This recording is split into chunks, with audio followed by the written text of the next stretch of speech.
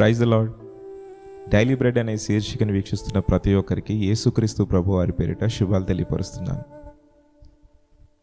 ఒక విషయాన్ని మీతో పంచుకోవాలని ఆశపడుతున్నాను. ఏంటంటే, విశ్వసించేవాడు కలవరపడట.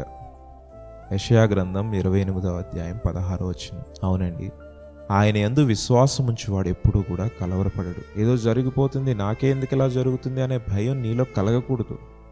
ఆ యొక్క కలవరపాటు నీలో రాకూడదు. నాకే ఎందుకు ఈ అనారోగ్యం వచ్చింది, నేను దేవుని సన్నిధిలో మొరపెడుతున్నాను, ప్రార్థిస్తున్నాను, నాకు ఈ అనారోగ్యం తగ్గట్లేదు, దేవుడు తగ్గించగలడంటావా అనే ఆ యొక్క సందేహాలు నీలో రాకూడదు. కలవరపాటు నీలో రాకూడదు.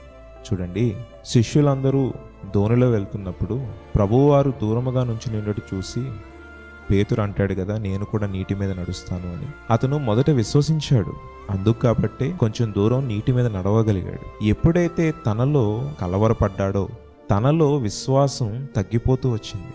నేను ఈ సముద్రంలో మునిగిపోతానేమో, నేను చనిపోతానేమో అనే సందేహం ఎప్పుడైతే కలిగిందో, ఎప్పుడైతే కలవరపడ్డాడో, నిజముగానే సముద్రంలో మునిగిపోవడం మనం చూస్తాం. అల్ప విశ్వాసాన్ని మనం కలిగి ఉండకూడదు, సంపూర్ణ విశ్వాసాన్ని మనం కలిగి ఉండాలి. ఈరోజు ఏ సమస్యను బట్టి అయితే, ఏ ఇబ్బందిని బట్టి అయితే నువ్వు కలవరపడిపోతున్నావో, ఈరోజు దేవుడు నీతో మాట్లాడుతున్నాడు. ఏంటో తెలుసా?